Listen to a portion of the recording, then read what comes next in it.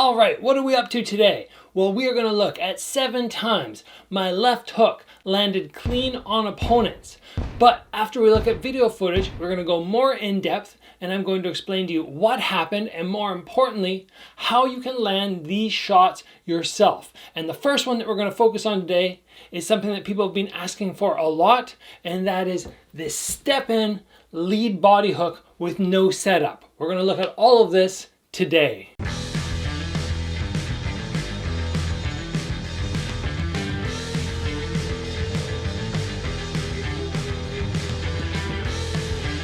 This episode is sponsored by X Martial. They keep sending me so much awesome swag, this time in the form of an amazing Muay Thai t-shirt.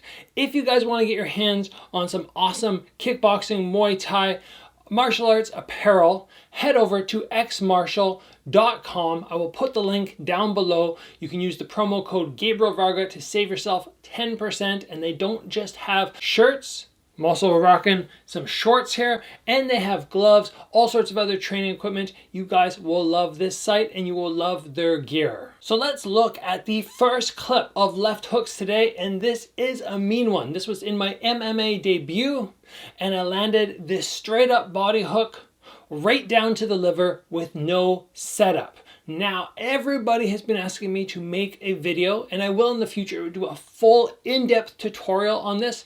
Right now it's just kind of a little sneak peek. I'll give you a couple little tips.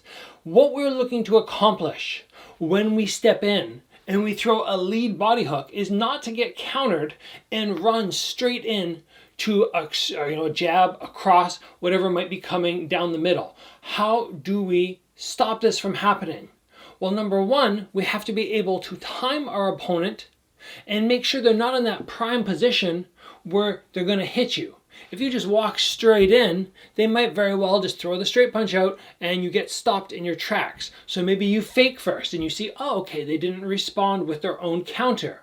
Now you think, okay, I could step forward and maybe they're not going to throw a shot back. If all of that happens, then later on you go, okay, I'm going to take this arm and do what is technically incorrect and step forward and draw my hand back. Right from here, terrible technique. So what you can do in addition is make sure your head does not finish right on the center line, right up high, right in front of your opponent when you go to throw it or when you land it. Sorry. How do we stop that from happening?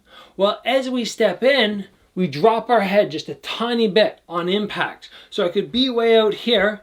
I take a step, I draw back, and then boom, I drop my head tiny bit off to the side.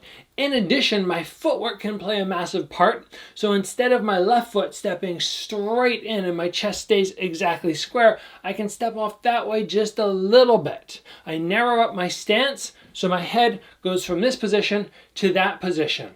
Again, in-depth tutorial required, but I absolutely love this punch. I throw it so much in sparring, and in this MMA fight is one of the few times where I've successfully demonstrated just how dangerous this technique can be when I utilize it. Next up, we see a very unusual technique, and that is throwing the left hook at the finish of the right knee. So let's look at this clip in detail. First, I start off and I fight my arms to the inside of Kevin's. Once I get to the inside, you see me flare my elbows a little bit and I control the back of Kevin's neck. From there, I spin, and as usual, I follow with a right knee. Now this is where it gets interesting.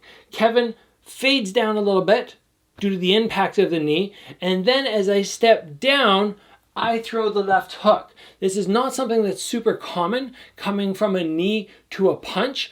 Generally, when you knee, you drop, you regain your balance. But when I went one, I had my shoulders preloaded to come to the left hook. Be creative with the kick to punch combos that you do. Very often we go punch into kick, but it's very rare to see people go kick into punch, especially if you're throwing the knee and then you're dropping it and throwing the punch as your foot lands. Very, very creative way to let that left hook go, and as you can see, it works. From here, we're looking at a thundering knockdown that I landed in my first Bellator title defense. My opponent moves forward with a knee. As he moves forward with the knee, he does not guard his head up perfectly. I drop my head to one side and then come with a long left hook with my palm facing down. Now, very often you will see me throw my hooks this way, but they can be thrown this direction, especially when you're looking to change up your angle. So for me, if I come this direction, I'm very often sort of landing at a 90-degree angle. But when I come like this, I can land more at this 45-degree angle, which means if somebody's moving to me, I can stop them dead in their tracks. I also like on this one how the shoulder comes very high when you throw, as opposed to like this where you really have to force it up. This one feels more natural on defense. So play around, as I often say, with the techniques. Don't always throw them the same way. Try out different ways to let your hands go, different angles, different distances. You will find sometimes that the way you're taught to throw up a technique is not the way that is actually ideal for you. In this next clip, we see a blistering combo come from me that ends in a left hook. Now, Adam Chuck comes in, he lands a shot on me. I let my hand go 1, 2, 3, 4. It's the long left hook, which I really want to note on this combo finish, because very often people have this idea that hooks need to come at this sort of 90-degree angle through the elbow. But in this one, I demonstrate that you can come very long and still land with power. And in addition, if you can draw the attention away from the head by streaming a really fast set of punches beforehand, it'll open up the jaw and make it that much easier to land on somebody, even if they're as evasive as Adam Chuck is. This next combo is one of my favorites ever because I land the body shot and then I roll under and I come with a second body shot to the already damaged liver. Now, I've watched this clip a number of times, so many times, and I'm still not 100% sure knockdown or not a knockdown. But either way, I know those shots hurt because I've hit so many people with these liver shots, and landing them consecutively meant that it definitely had some impact, whether it was a legit knockdown or whether he just actually tripped over his own feet or my foot.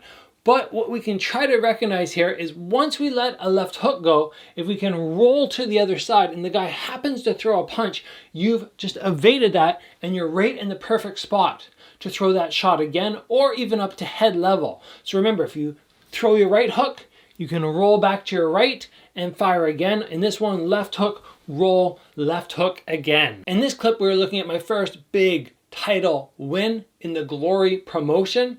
Now, Mosab Amrani and I were fighting very close in this fight. I start off and I land a cross, which wobbles him, and he falls in, probably to try and get to a safe zone, because sometimes it's much safer to have your head right here, or maybe he was just so rocked that he happened to fall forward. But either way, I land a short left hook, pretty much the exact opposite of the one I landed against Adam Chuck, which we looked at before, which was crazy long. This one is right in here, and the impact that goes through Mosab's head is crazy for this tight distance. The main reason I want to point this one out is to basically show you the polar opposite of the long shot before, which I was saying try and throw them long. Well, now I'm saying try and throw them short too. Basically, be creative with the distances. You don't need to always think right here. The same shot can come from so many different ranges, and that's pretty much the same for not only the hooks, but the uppercuts as well. They can be really short or they can be very long. Be creative with your distances. The final clip we're going to look at is me after successfully executing a scissor knee, falling into my punches with a big cross and then a hook, which rattles my opponent. Somehow he stays on his feet, but before I can land the follow-up shot, the ref is in there to give him the standing 8 count. So often in fight sports, people lead with the hands and then they follow with the legs.